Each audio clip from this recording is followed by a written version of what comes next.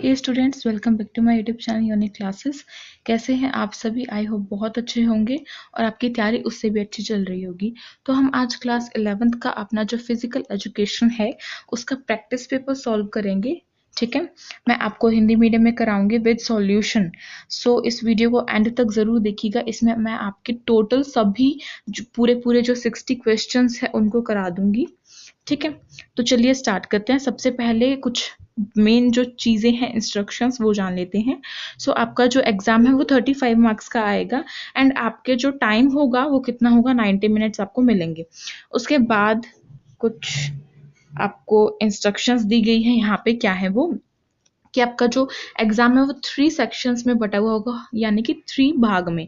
फिर उसके बाद जो फर्स्ट सेक्शन है हमारा खंड क, उसके 24 प्रश्न आएंगे, लेकिन आपको ओनली 30 प्रश्न ही करने हैं। लेकिन मैं तो सभी कराऊंगी। और ऐसे ही बी वाले में भी सेम है, जो ऊपर का दिया हुआ है सेम प्रोसीजर बी में है। फिर जो सी है आपका, उसमें यहाँ पे क लिख दिया, ये ख हो जाएगा। ठीक है, और ये आपका ग हो जाएगा, तो इसको करेक्ट कर लेगा।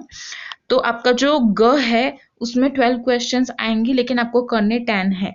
तो ये बातें कुछ खास ध्यान रखनी है। मतलब कि आपको 60 क्वेश्चंस टोटल दिए गए हैं, लेकिन आपको करने अटेम्प्ट 50 ही हैं।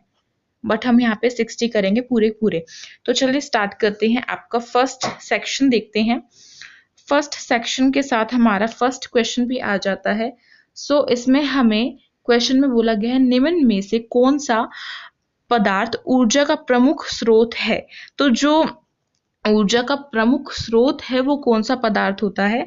ऑप्शंस आप सभी के सामने हैं। आप सभी को क्या करना है, आपके टेस्ट है तो इसका मतलब प्रैक्टिस पेपर सॉल्व कर रहे हैं तो एक उससे टेस्ट लगा के चल सकते हैं। आप अपने आप को जानने के लिए कमेंट बॉक्स में बताइए कि इसका आंसर क्या है। वीडियो को पॉज करके उसके लिए आपके लिए बहुत अच्छा रहेगा। ठीक है, सो फर्स्ट ऑप्शन आपका है 5 उड़ने वाले कबूतर, सेकेंड है 5 आपस में जोड़ी छल्ले, थर्ड है 5 महाद्वीप और फोर्थ है आपका मशाल वाहक खिलाड़ी। तो करेक्ट आंसर आपका ऑप्शन नंबर ए होगा, 5 उड़ने वाले कबूतर। जो ऊर्जा का स्रोत है हमारा, वो कौन सा पदार्थ है प्रमुख, वो है 5 उड़ने वाले कबूतर इन चारों में से। ठीक है, सो नेक्स्ट क्वेश्चन देखते हैं। हाँ जी, नेक्स्ट क्वेश्चन आप सभी के सामने क्या है, स्वास्थ्य संबंधी पुष्टि का उद्देश्य डैश को रोकना है। तो जो हमारी स्वास्थ्य संबंधी पुष्टि होती है उसका उद्देश्य क्या होता है? इन चारों ऑप्शंस में से देखिए बताइए। फर्स्ट है शक्ति, सेकंड है मार्ग, थर्ड है रोग और फोर्थ है क्षमता। तो यहाँ पे पुष्टि का उद्देश्य डैश रोकना है। अब हम रोकेंगे किस चीज को? देखिए, जो हमारे लिए बेनिफिट नहीं दे रही है, हमारे लिए नुकसानदायक है, तो इसका सीधा सा आंसर ऑप्शन नंबर सी होगा, रोग। जो स्वास्थ्य संबंधी पुष्टि है उसका उद्देश्य रोगों को रोकना होता है, इसलिए ऑप्शन नंबर सी आपका करेक्ट है। क्वेश्चन नंबर 3 देखते हैं। क्वेश्चन नंबर 3 आप सभी के सामने क्या है, शारीरिक शिक्षा का मुख्य उद्देश्य डैश है। तो जो हमारी शारीरिक शिक्षा यानी कि फिजिकल एजुकेशन है उसका मुख्य उद्देश्य क्या है? तो उसका मेन जो एम कह सकते हैं वो क्या है यहाँ पर, वो होता है फर्स्ट ऑप्शन है शारीरिक विकास, सेकंड है मानविक विकास, थर्ड है स्वांगिक विकास एंड फोर्थ है आपका सामाजिक विकास। तो आपका करेक्ट आंसर क्या होगा, ऑप्शन नंबर सी, यानी कि हमारा पूरी तरीके से जो विकास होता है, चाहे फिर वो शारीरिक तौर से हो, मानसिक तौर से हो, भावनात्मक तौर से हो, इन सभी जितने भी होते हैं हमारे, उन सभी से हमारा विकास करवाना ही जो शारीरिक शिक्षा है उसका मुख्य उद्देश्य है, इसलिए ऑप्शन नंबर सी करेक्ट है। आंसर्स भाई अटेम्प्ट करते जाना साथ साथ, ताकि आपको पता लगता जाए। और फोर्थ क्वेश्चन हमारे सामने आ गया, क्या है, एक व्यक्ति की लंबे समय तक लगातार बल लगाने की क्षमता को डैश कहते हैं। तो अब एक व्यक्ति जो है वो लंबे समय तक बल लगा रहा है, तो उसकी क्षमता को हम क्या कहते हैं, बताइए जल्दी से देखकर। ऑप्शन है आप सभी के सामने। पहला है मांसपेशीय शक्ति, दूसरा है मांसपेशीय सहन क्षमता, तीसरा लचीलापन, चौथा है शारीरिक संचारण। सो करेक्ट आंसर आपका ऑप्शन नंबर ए होगा, मांसपेशीय शक्ति। एक व्यक्ति जो है वो लंबे टाइम तक कुछ काम कर रहा है, उस पर अपना पूरा का पूरा जो फोर्स है, बल है, उसको लगा देता है, उसकी इनफैक्ट उसकी पूरी ताकत उस पर लग रही है, तो वो क्या होगा, वो हमारा होगा ऑप्शन नंबर ए, यानी कि मांसपेशीय शक्ति। ये आपको खास तौर से ध्यान रखने हैं, जितने भी मैं एमसीक्यूज करा रही हूँ इनसे आपके एग्जाम में कुछ ना कुछ तो आएगा ही। क्वेश्चन नंबर 5 देख लीजिए। उससे पहले मैं आपको बता दूं कि आप हमारे चैनल पर अगर न्यू है स्टूडेंट तो प्लीज इस चैनल को सब्सक्राइब कर लीजिए। साइड में जो बेल आइकन है उसे प्रेस कर लीजिए। अब क्यों करना है? बिकॉज आप अभी 11th में हो, बट हाफ ईयर के बाद आप 12th में आ जाओगे, और 12th में आने के बाद आपके पास वही सेम सब्जेक्ट है, इनफैक्ट वो हिंदी मीडियम में है, और हिंदी मीडियम का बेस्ट कोर्स आपको इस चैनल पर मिल रहा है सभी सब्जेक्ट का, चाहे वो होम साइंस हो, फिजिकल एजुकेशन हो, पोल साइंस हो, हिस्ट्री हो, या फिर आपका और क्या है हिंदी इंग्लिश, यही होते हैं ना, और इकोनॉमिक्स। हाँ, ये सभी आपको हिंदी मीडियम में प्रोवाइडेड है, इंग्लिश को छोड़कर सभी सब्जेक्ट। साथ ही साथ संस्कृत भी आपको प्रोवाइड है इस चैनल पर। तो प्लीज यहाँ पे आके फटाफट से सब्सक्राइब कर लीजिए और वीडियो को लाइक कर दीजिए अगर पसंद आ रही हो तो। क्वेश्चन की बात करते हैं, प्राचीन ओलंपिक खेल कब समाप्त हुए? तो जो हमारे पुराने टाइम के ओलंपिक थे, जिनको हम प्राचीन ओलंपिक कहते हैं, वो कब समाप्त हुए, यानी कि कब खत्म हुए, उनका एंड कब हुआ था? तो जल्दी से ऑप्शंस आप सभी के सामने, फटाफट से करेक्ट आंसर बताइए। फर्स्ट ऑप्शन है 396 एडी, यानी कि ईसा पूर्व। सेकंड है 394 एडी, और फिर सी है 349 एडी, एंड फोर्थ है आपका 399 एडी। सो करेक्ट आंसर आपका ऑप्शन नंबर बी होगा, 394 एडी।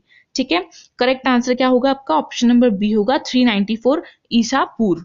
जो हमारे ओलंपिक थे, प्राचीन ओलंपिक खेल, वो 394 में क्या हो गए थे? समाप्त हो गए थे। और किसने किए थे? वो रोम का राजा था, उसका नाम क्या है वो आप मुझे कमेंट बॉक्स में जल्दी से बताएं। ओके, इतने नेक्स्ट क्वेश्चन देखते हैं। क्वेश्चन नंबर 6 आप सभी के सामने क्या है? जीव विज्ञान, जिसके अंतर्गत शरीर के संस्थानों, अंगों एवं ऊतकों की संरचना, आकार, स्वरूप व स्वरूप का अध्ययन किया जाता है, डैश कहते हैं।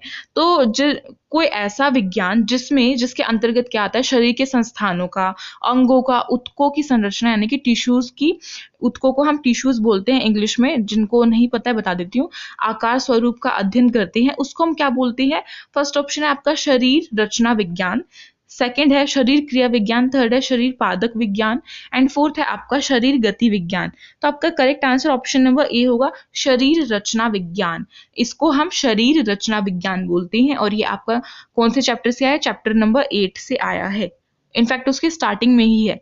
शरीर रचना विज्ञान की डेफिनेशन दी हुई है आपको पूरी, तो आपको डेफिनेशंस भी याद होनी चाहिए कहीं ना कहीं। इनफैक्ट याद नहीं होनी चाहिए, बस उनको आपको इतना पता चलना चाहिए कि पढ़ने के बाद कि इसकी है।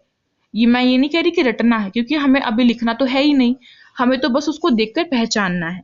सो क्वेश्चन नंबर 7 देखते हैं। क्वेश्चन नंबर 7 आप सभी के सामने क्या है? वेस्ट हित अनुपात की गणना के लिए निम्न में से किस एक सूत्र का प्रयोग किया जाता है? तो जो आपका वेस्ट हिप अनुपात है, उसको मापने के लिए कौन सा फॉर्मूला होता है? ऑप्शंस आप सभी के सामने है, करेक्ट आंसर आप सभी को बताना है, तो फटाफट से आंसर्स बता दीजिए।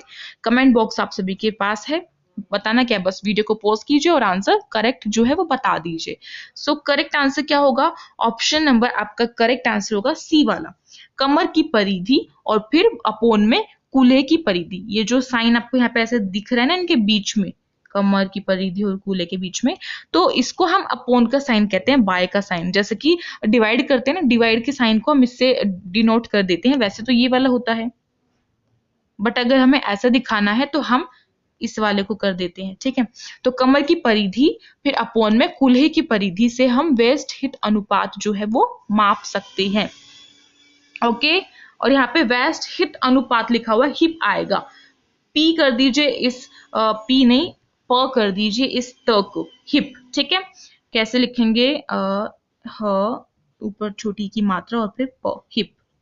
करेक्ट, थोड़ा सा यहाँ पे मिस्टेक है, उसको इग्नोर कीजिएगा और अपने आंसर्स जो हैं क्वेश्चंस पर ध्यान दीजिएगा। सो आपका क्वेश्चन नंबर 8 है, कहाँ कोचिंग की नौकरियां उपलब्ध हैं? जो कोचिंग की नौकरियां वो कहाँ उपलब्ध है, जल्दी से बता दीजिए। आंसर आप सभी के सामने ऑप्शन है, आई होप आप सभी ने बता दिया होगा। तो चलिए करेक्ट आंसर देखते हैं। देखिए, जो कोचिंग की नौकरियां, यानी कि शारीरिक शिक्षा का अध्ययन करने के बाद, पूरी उसकी पढ़ाई करने के बाद, जो भी डिप्लोमा वगैरह लेना होता है उसके बाद जो हमें कोचिंग की नौकरी मिलती है कहीं पे, तो वो हम कहाँ कहाँ कर सकते हैं, बेसिकली हमें इस क्वेश्चन में ये पूछा गया है। तो क्वेश्चन नंबर ऑप्शन नंबर आपका फर्स्ट है पार्क, सेकेंड है स्पोर्ट्स क्लब, थर्ड है होटल, एंड फोर्थ है आपका सभी। तो क्या होगा correct answer? Option number D, सभी में। जो कोचिंग की नौकरियां हैं वो हम पार्क में कर सकते हैं, होटल में कर सकते हैं और स्पोर्ट्स क्लब में भी कर सकते हैं, इसलिए ऑप्शन नंबर डी आपका करेक्ट है। ये आपके चैप्टर नंबर 1 से आया है। नेक्स्ट क्वेश्चन आपका क्वेश्चन नंबर 9 है, परीक्षा में विद्यार्थी का अंक प्राप्त करना डैश का उदाहरण है। तो अब यहाँ पे हमसे ये पूछा गया है, जैसे कि आप सभी विद्यार्थी हैं यानी कि स्टूडेंट्स हैं, तो आप सभी अपने एग्जाम में जो भी मार्क्स जो हैं वो लाते हैं, तो वो किस चीज़ का उदाहरण है, वो किस चीज़ का एग्जाम्पल है। तो ऑप्शन नंबर ए है आपका परीक्षण, बी है मापन, थर्ड है मूल्यांकन एंड फोर्थ है कोई भी नहीं। तो करेक्ट आंसर आपका ऑप्शन नंबर बी होगा, मापन। ठीक है, मापन, मापन क्या होता है, जिसमें कि हमें जो संख्या है वो पता चलता है, यानी कि डेटा पता चलता है एक तरीके से। तो जो स्टूडेंट के मार्क्स हैं वो भी तो एक डेटा ही है, और मूल्यांकन फिर हम बाद में देखते हैं कि उसमें क्या सुधार करना है और क्या नहीं। ठीक है, सो आपका यहाँ से 9th क्वेश्चन कंप्लीट। 10th देखें, 10th भी बढ़िया सा आया है। क्या है, खेल प्रबंध किस पर आधारित है। जो हमारे खेल प्रबंध होते हैं वो किस पर आधारित होते हैं। फर्स्ट ऑप्शन है चतुर और चालाक अधिकारी, सेकंड है कुशल और प्रतिभाशाली अधिकारी, थर्ड है कामचोर और लालची अधिकारी, फोर्थ है पैसा वाला अधिकारी। तो करेक्ट आंसर क्या होगा, ऑप्शन नंबर आपका करेक्ट होगा बी, कुशल और प्रतिभाशाली अधिकारी। देखिए इस क्वेश्चन से तो हमें पढ़ने से साफ पता चलता है कि कोई चतुर चालाक या फिर ये कामचोर और आपका लालची और पैसा वाला ये नहीं होगा। तो इसका तो करेक्ट आंसर बच्चा बच्चा बता देगा कि ये वाला होगा बी। जिसने एक बार इस चैप्टर को पढ़ा है ना वो बता देगा, और नहीं पढ़ा वो भी बता देगा, क्योंकि अब आप 11th स्टैंडर्ड में हो तो इतना तो आपके अंदर दिमाग है कि कौन सा करेक्ट आंसर होगा इसमें से। आपका क्वेश्चन नंबर 11 आ गया, प्राचीन ओलंपिक खेलों में कौन भाग नहीं ले सकता है।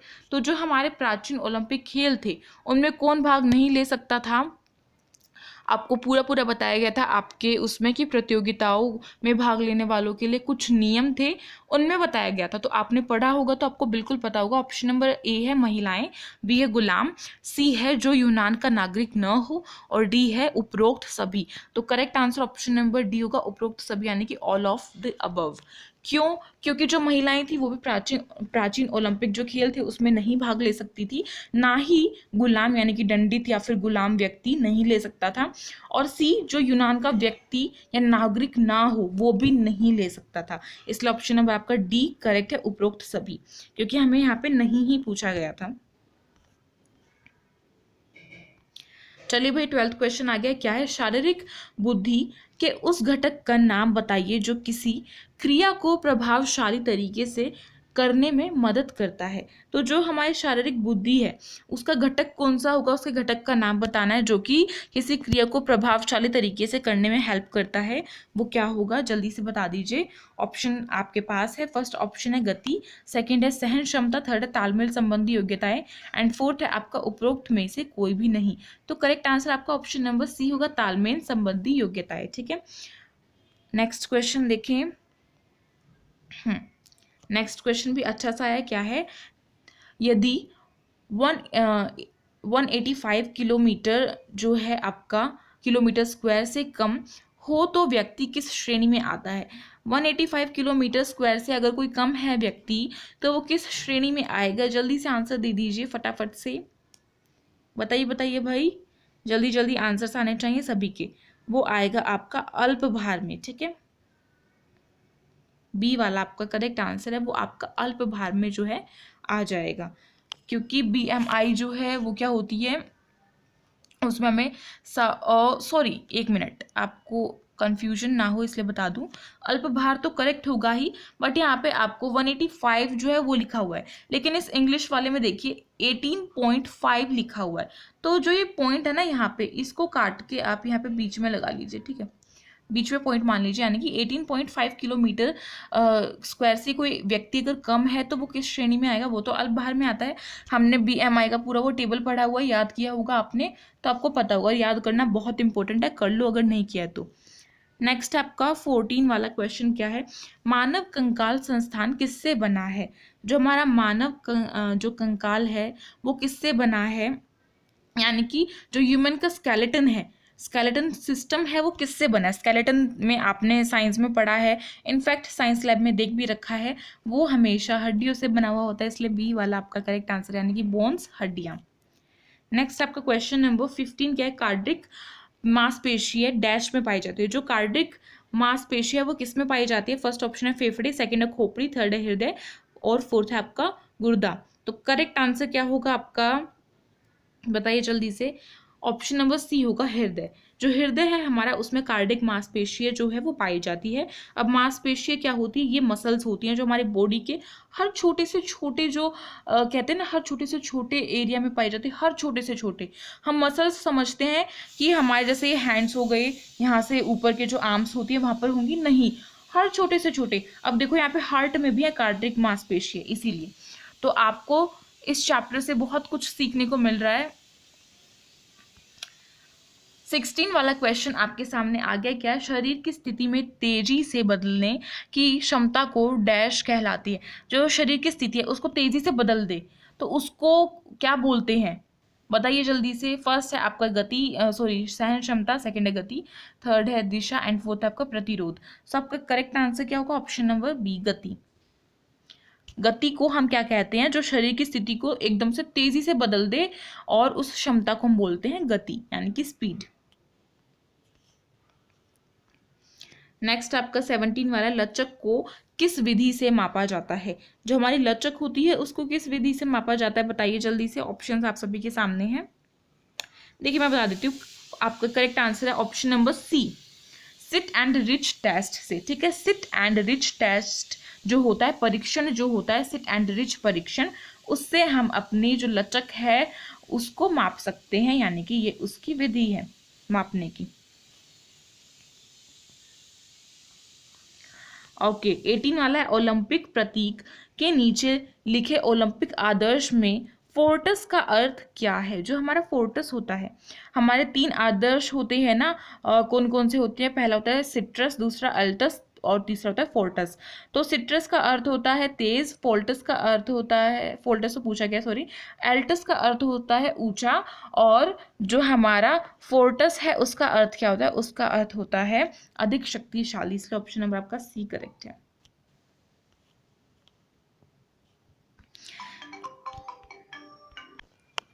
ओके, सो नेक्स्ट क्वेश्चन आपका 19 आप सभी के सामने क्या है? पहले खेलो इंडिया खेल कहाँ पर आयोजित किए गए थे? जो पहले खेलो इंडिया खेल थे वो कहाँ पर आयोजित किए गए थे? वो किए गए थे हमारे दिल्ली में। ऑप्शन नंबर आपका ए करेक्ट है, दिल्ली में यानी कि दिल्ली में किए गए थे, इसलिए ऑप्शन नंबर ए करेक्ट है। आप सभी को याद रखना है। आपका 20 वाला है, भारतीय ओलंपिक संघ की स्थापना कब हुई? तो जो भारतीय ओलंपिक संघ है उसकी स्थापना हुई थी 1927 में, इसलिए ऑप्शन नंबर बी आपका करेक्ट है। नेक्स्ट आपका क्वेश्चन नंबर 21 है, शारीरिक शिक्षा का मुख्य कार्य डैश है? तो जो शारीरिक शिक्षा है उसका मुख्य कार्य क्या है? फर्स्ट है खेल पत्रकारिता, सेकंड है खिलाड़ी बनना, थर्ड है खेल के लिए पुष्टि विकसित करना एंड फोर्थ है आपको कोई भी नहीं। तो करेक्ट आंसर आपका ऑप्शन नंबर सी होगा, खेल के लिए पुष्टि विकसित करना। ठीक है, जो हमारा फिटनेस होती है हमारी उसको डेवलप करना। ओके, 22 वाला देखो, स्थिर शक्ति के रूप में भी डैश को जाना जाता है। जो स्थिर शक्ति होता है उसके रूप में किसको जाना जाता है? यानी कि स्थिर शक्ति का हमसे दूसरा नाम जो है पूछ रहा है, सेकंड नेम। तो वो क्या होता है स्थिर शक्ति का? स्थिर शक्ति का हमारा होता है आइसोमेट्रिक, इसलिए ऑप्शन नंबर आपका ए करेक्ट है, आइसोमेट्रिक। और जो स्थिर और गतिशील जो शक्ति होती है हमारी उसका क्या होता है? उसका होता है आइसोटोनिक, इसलिए ऑप्शन नंबर अगर गतिशील पूछते तो बी वाला करेक्ट होता।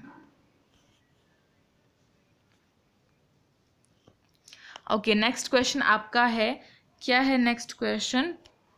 उसेन बोल्ट का 100 मीटर दौड़ का समय 9.58 सेकेंड्स है, जो एक वर्ल्ड रिकॉर्ड है। यह है एक डैश उदाहरण है। तो ये किसका उदाहरण है भाई? ये दोबारा से अब यहाँ पे पूरा का पूरा क्या दे दिया? डाटा दे दिया हमें, यानी कि संख्या दे दी ना, जहाँ पर संख्या आ जाए ना वहाँ पर आपका मापन हो जाएगा, मेजरमेंट। बी करेक्ट है। फिर क्वेश्चन नंबर 24 है, छोटी हड्डियां सामान्य रूप से डैश होती हैं? तो छोटी हड्डियां सामान्य रूप से क्या होती हैं? ऑप्शन नंबर सी करेक्ट है, क्यूब घन होती है, यानी कि क्यूब होती हैं।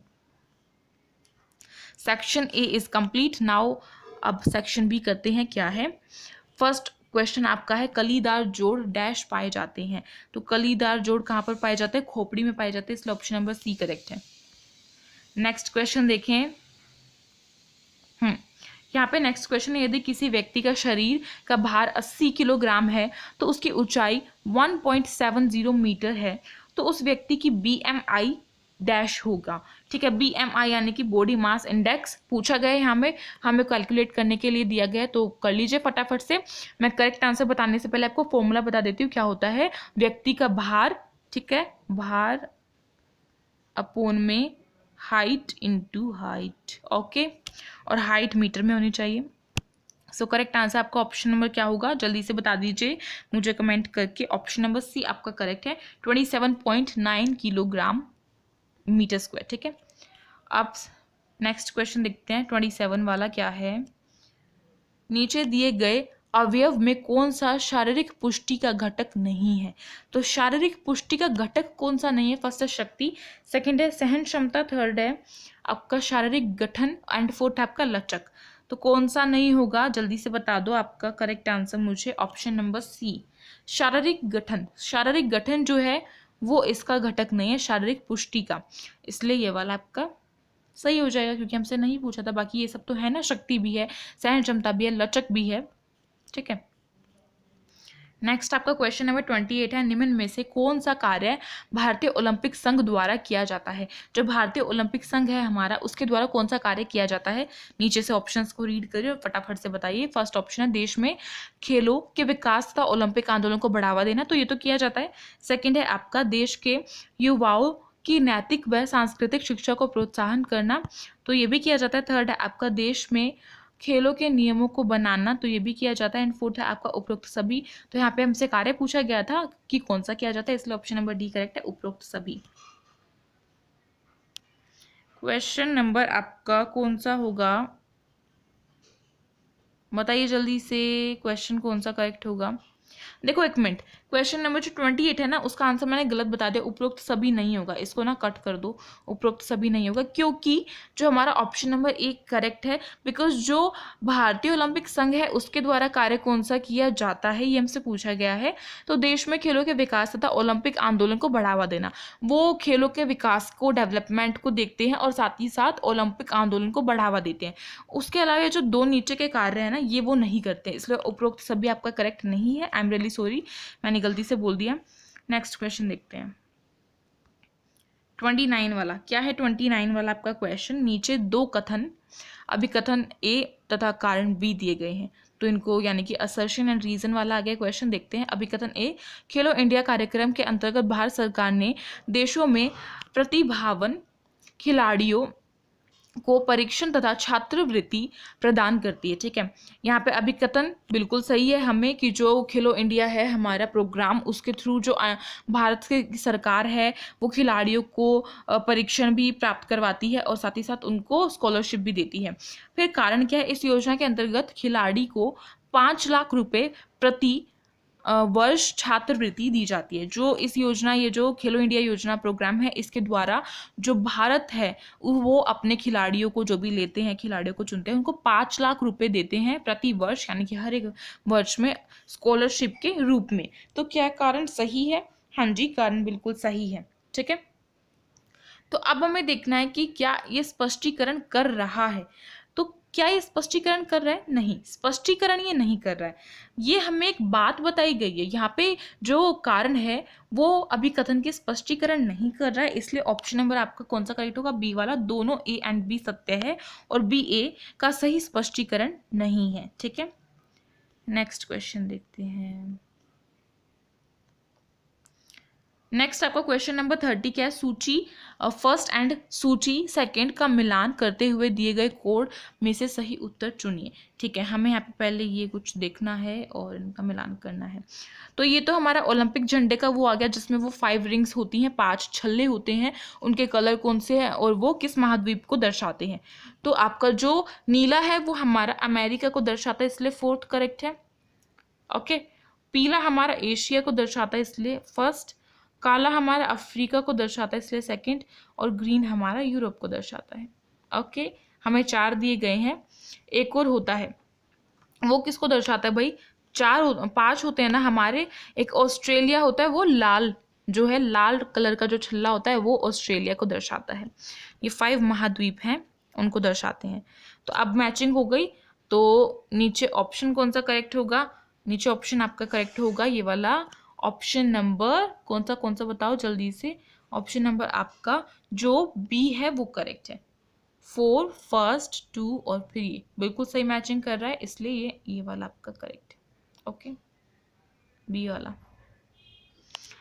नेक्स्ट क्वेश्चन देखते हैं। क्वेश्चन है चित्र कौन सा खेल करियर को दर्शाता है? ये जो चित्र हमें दिखाया गया है कौन से खेल करियर को दर्शाता है भाई? ये दर्शाता है आपका खेल प्रशासन, ठीक है। जो स्पोर्ट्स जर्नलिज्म होती हैं उसको ये दर्शा रहा है कि यहाँ पे टीवी में आपने देखा होगा, कोई भी मैच होता है, क्रिकेट का हो या फिर फुटबॉल का, कोई भी हो, वहाँ पे पिच पे खड़े होके 2-3 जो लोग होते हैं वो बता रहे होते हैं कि अभी किसका टॉस होगा, अभी कौन सी जो वो है टीम आएगी बैटिंग करने के लिए, कौन सी बॉलिंग करने के लिए आएगी, किसके टीम के मेंबर इतने आउट हो गए, किसके टीम के जो मेंबर हैं उन्होंने इतना सारा वो बना लिए रन, कौन सी टीम जीती। ये सभी बातें जो हैं वो कौन बताते हैं हमें? वो बताते हैं जर्नलिज्म, स्पोर्ट्स जर्नलिज्म। इसलिए आपका ऑप्शन नंबर जो ए है वो करेक्ट है। सॉरी, स्पोर्ट्स जर्नलिज्म नहीं, वो ब्रॉडकास्टिंग होते हैं, स्पोर्ट्स ब्रॉडकास्टिंग। जर्नलिज्म अलग होते हैं, जर्नलिज्म वो होते हैं जो हमारी बुक वगैरह लिखते हैं, ठीक है। ब्रॉडकास्टिंग होते हैं, इसको ब्रॉडकास्टिंग बोलते हैं, ठीक है। जो प्रसारण होता है उसको ब्रॉडकास्टिंग बोलते हैं, इसलिए sports broadcasting. Okay, next question आपका, अरे क्वेश्चन ही छिप गया। नेक्स्ट क्वेश्चन आपका 32 वाला है, चित्र को पहचानिए।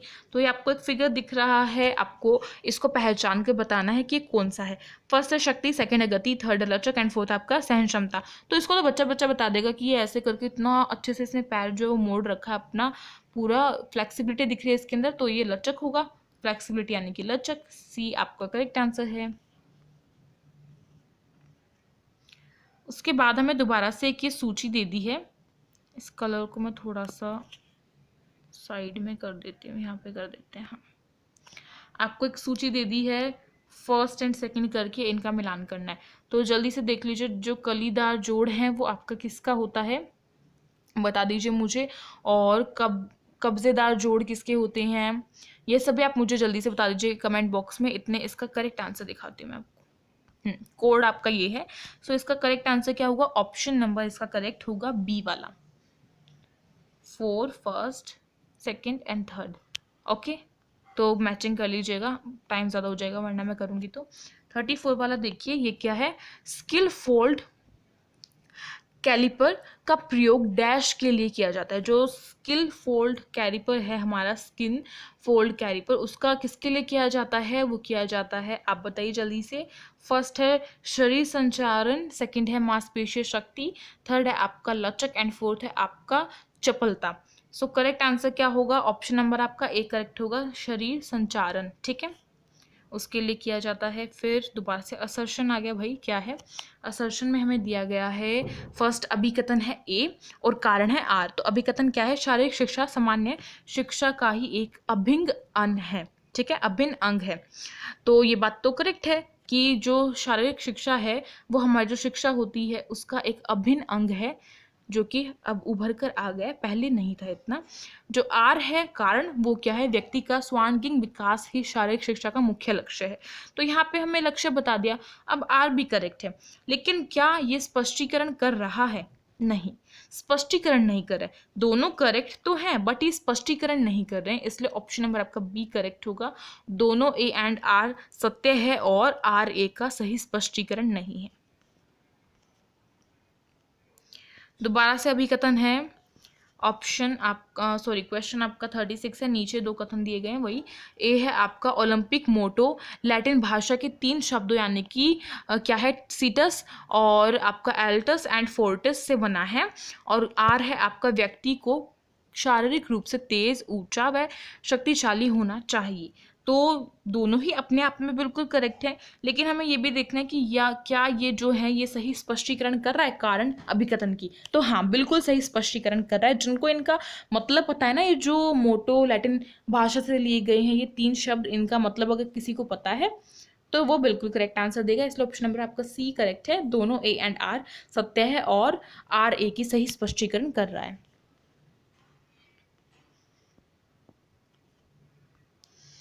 नेक्स्ट आपका क्वेश्चन नंबर 37 क्या है, इसमें दोबारा से हमें एक मैचिंग दे दी है और फिर कोड देखकर हमें करेक्ट आंसर बताना। देखिए, जो ये लड़की दिख रही है तो लचक से हो जाएगा भाई तीसरा, ठीक है। और ये आपका जो ये ऐसे उठा रहा है तो बहुत बड़ा सा काम नहीं कर रहा है। इसमें क्या होगा, इसमें आपका आएगा, बताइए जल्दी से, कोड भी देखते हैं नीचे। तो कोड है आपके ये सभी A and B C D, देख लीजिए, करेक्ट आंसर मुझे बता दीजिए।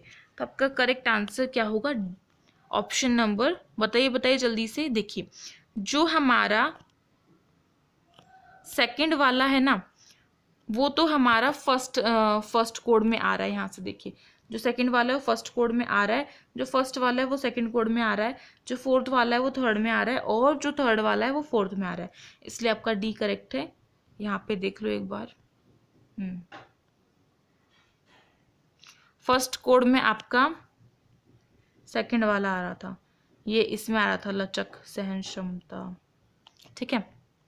और उसके बाद जो आपका ये है, ये वाला आपका थर्ड वाला किसमें, फोर्थ में आ रहा था ना, हाँ, मांसपेशीय शक्ति, जो बिल्कुल, क्योंकि ये तो बहुत भारी सा काम नहीं कर रहा है, उठा रहा है, वेट लिफ्टिंग।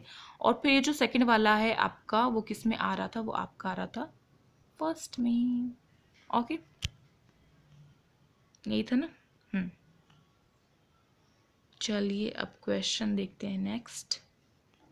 हाँ जी, नेक्स्ट आपका 38 है। नीचे चित्र में दिखाए गए परीक्षण को पहचानिए तथा सही विकल्प को चुनिए।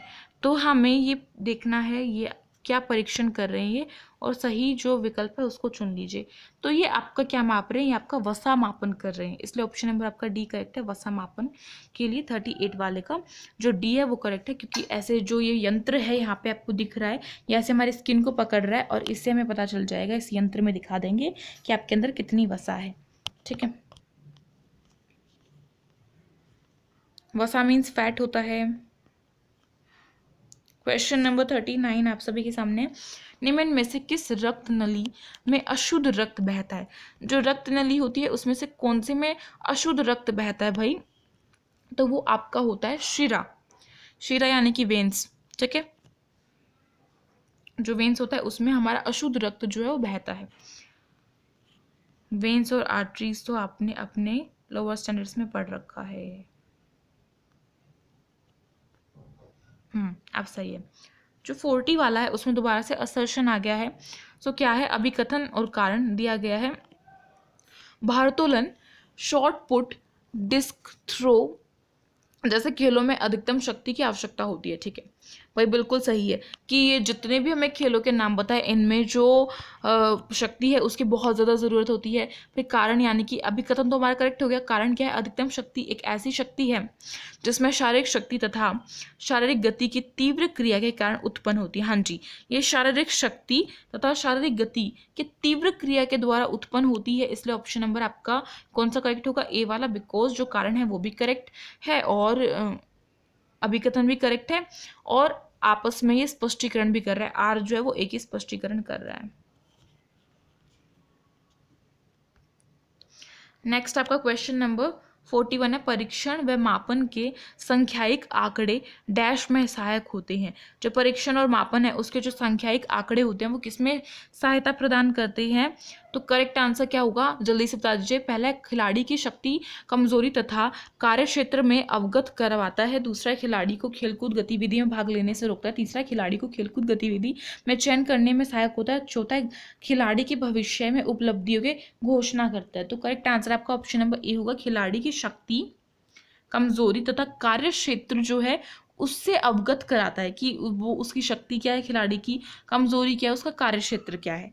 ओके, नेक्स्ट क्वेश्चन आपका चित्र दिखाया गया है, बड़ा प्यारा सा चित्र है। क्या है इसमें पूछा गया, इस चित्र में क्या दिखाया गया। तो ये जो आपको पिक्चर दिख रही है इसमें क्या दिख रहा है आपको, इसमें ये जो दीदी हैं ये इस लड़के की क्या कर रही हैं, ऊंचाई माप रही है, यानी कि लंबाई माप रही है, इसलिए ऑप्शन नंबर आपका डी करेक्ट है, लंबाई का मापन कर रही हैं। 43 वाला देखिए, 43 वाला हमारे में क्या कह रहा है, पारंपरिक रूप से शारीरिक शिक्षा का करियर डैश है।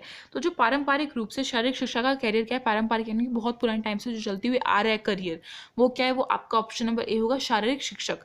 जो फिजिकल एजुकेशन है उसके जो टीचर्स लगते हैं वो उनका पारंपरिक रूप से चलता हुआ आ रहा है करियर, एक बहुत मुख्य है, कह सकते हैं हम इसको। नेक्स्ट आपका है हृदय गति को निम्न में से रूप में परिभाषित किया गया है। तो इनमें किस में परिभाषित किया गया है हमें देखकर बताना है। फर्स्ट ऑप्शन है आपका हृदय द्वारा 1 मिनट में पंप किए गए रक्त की मात्रा। सेकेंड है प्रति मिनट में क्या है, डायस्टोलिक संकुचन। और फिर सी है आपका शरीर द्वारा 1 मिनट में अशुद्ध रक्त का हृदय में आना। एंड डी है आपका प्रति मिनट हृदय संकुचन की संख्या। तो करेक्ट आंसर क्या होगा, ऑप्शन नंबर डी होगा आपका प्रति मिनट संकुचन की संख्या। नेक्स्ट आपका क्वेश्चन नंबर 45 है, चित्र में दिए गए व्यक्तित्व को पहचानिए तथा सही नाम का चुनाव कीजिए। तो जो आपको ये व्यक्ति दिख रहा है भाई, ये कौन है, ये तो बहुत फेमस सा है, आपने देख रखा है, इसने ओलंपिक खेलों की शुरुआत करवाई थी, जो हमारे न्यू आधुनिक ओलंपिक खेल थे ना उनकी। तो ये आपका बैरन डी कोबर्टीन है, इसलिए ऑप्शन नंबर ए करेक्ट है। नेक्स्ट क्वेश्चन 46 वाला क्या बोल रहा है, शरीर द्वारा ऑक्सीजन लेना तथा प्रयोग के उपरांत कार्बन डाइऑक्साइड को बाहर निकालने की प्रक्रिया को डैश कहते हैं। अब जो हमारा शरीर है, हमारे शरीर में हम क्या करते हैं, हम ऑक्सीजन को लेते हैं और फिर कार्बन डाइऑक्साइड को निकाल देते हैं, यानी कि इनहेल करना और एक्सहेल करना, ठीक है। तो उसको हम क्या बोलते हैं, उस प्रक्रिया को क्या बोलते हैं, बताइए जल्दी से। आपका करेक्ट आंसर क्या होगा, ऑप्शन नंबर डी होगा वेंटिलेशन, ठीक है, वेंटिलेशन बोलते हैं इसको हम। उसके बाद ऑप्शन नंबर क्वेश्चन नंबर 47 आपका, ओलंपिक के सिद्धांत में सीटस, ऑल्टस एंड फोर्टस शब्द किसने दिए। तो ये तीनों ही शब्द आपके किसने दिए हैं और ये कौन सी भाषा से लिए गए हैं, ये मोटो के लैटिन भाषा से लिए गए हैं। इनका अर्थ क्या होता है, सीटस का आपका अर्थ होता है तेज, ऑल्टस का आपका होता है ऊंचा, एंड इसका होता है फोर्टस का क्या होता है, अधिक शक्तिशाली। तो ये आपके किसने दिए हैं, ये आपके दिए हैं हेनरी डिडॉन ने, इसलिए ऑप्शन नंबर ए करेक्ट है। 48 वाला क्वेश्चन देख लीजिए, हेल्थ क्लबों का मुख्य उद्देश्य डैश होता है। जो हेल्थ क्लब होते हैं उनका मुख्य उद्देश्य क्या होता है, फर्स्ट ऑप्शन है पुष्टि बढ़ाना, सेकंड है पैसा कमाना, थर्ड है स्वास्थ्य संबंधित शारीरिक पुष्टि को बढ़ाना, फोर्थ है शारीरिक शक्ति को बढ़ाना। तो करेक्ट आंसर क्या होगा, आपका ऑप्शन नंबर सी होगा, स्वास्थ्य संबंधित शारीरिक पुष्टि को बढ़ाना। जो हमारे स्वास्थ्य से रिलेट करती हुई शारीरिक पुष्टि है उसको बढ़ाने के लिए जो हेल्थ क्लब है वो खोले जाते हैं, उनका मुख्य उद्देश्य यही होता है। सेक्शन नंबर आपका सी आ गया भाई, लास्ट साई। अब तो ये, अब एक काम करो, इसको 49 वाला है, आपको एक छोटा सा दिया गया, इसको जल्दी से कर लो रीड और फिर क्वेश्चंस को देख लो। मैं सीधे क्वेश्चन करा रही हूँ, वीडियो को पॉज करके रीड कर लेना खुद से, ठीक है।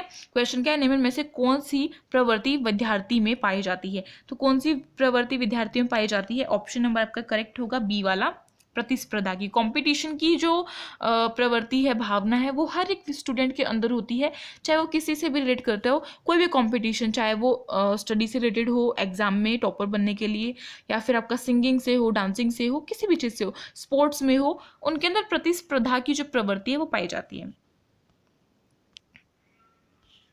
नेक्स्ट क्वेश्चन है आपका, पहले इसको ठीक कर लो, पूरा कलर आ गया 50 वाला क्वेश्चन है, दिए गए आंकड़े दिल्ली के सरकारी स्कूलों में शारीरिक शिक्षा का विद्यार्थियों के हैं।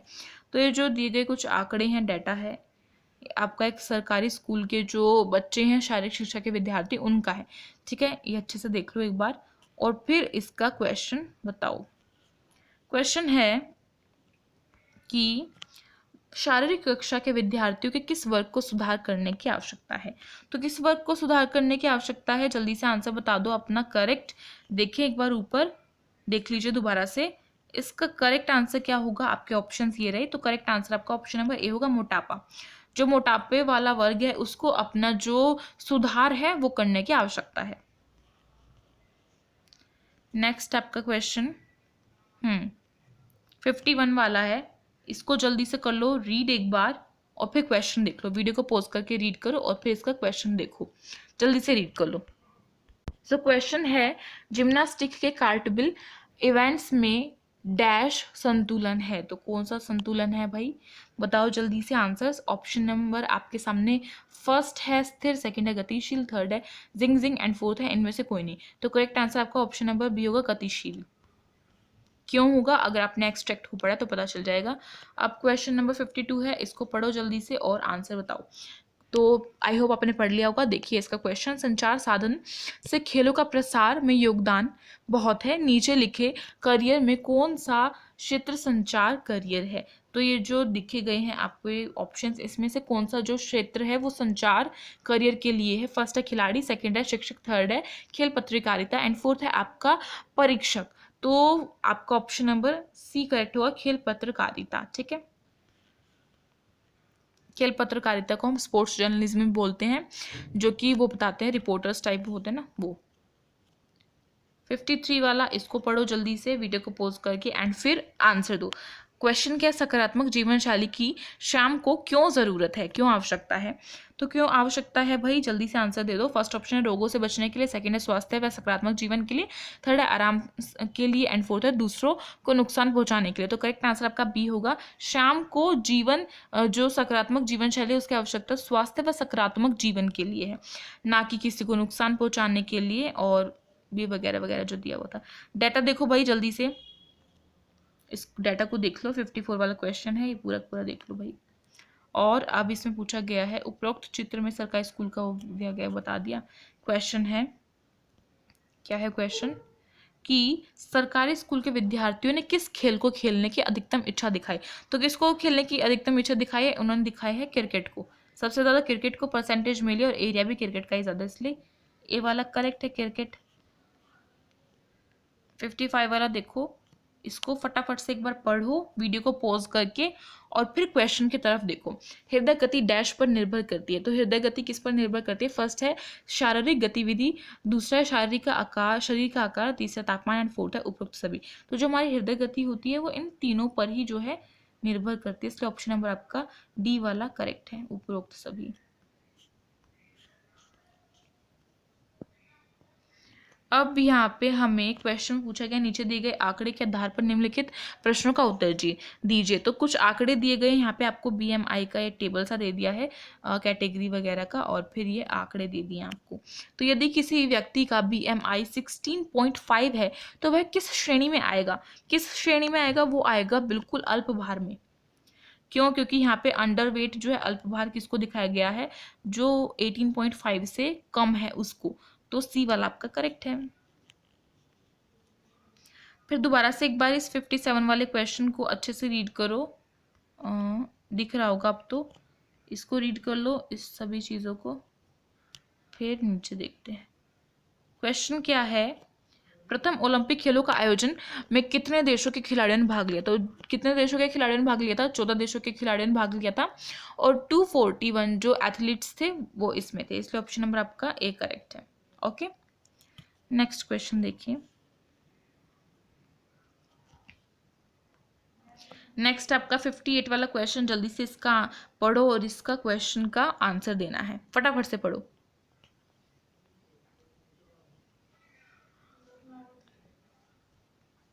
बताओ बताओ, क्वेश्चन है आपके सामने, आई थिंक आपने पढ़ लिया होगा। वाइटल कैपेसिटी को डैश से मापा जाता है, जो हमारी वाइटल कैपेसिटी है उसको किससे मापा जाता है। फर्स्ट ऑप्शन आपके सामने है स्किन फोल्ड कैलिपर, सेकंड है आपका थर्मोमीटर, थर्ड है आपका वेस्ट हिप अनुपात एंड फोर्थ है आपका स्पाइरोमीटर। सो करेक्ट आंसर आपका क्या होगा, आपका होगा स्पाइरोमीटर, बिकॉज इसमें दिया हुआ है ना और इसी से ही मापा जाता है। तो इसको पढ़ लेना, अगर क्वेश्चन में आए तो हेल्प हो जाएगी। क्वेश्चन नंबर 59 देखिए।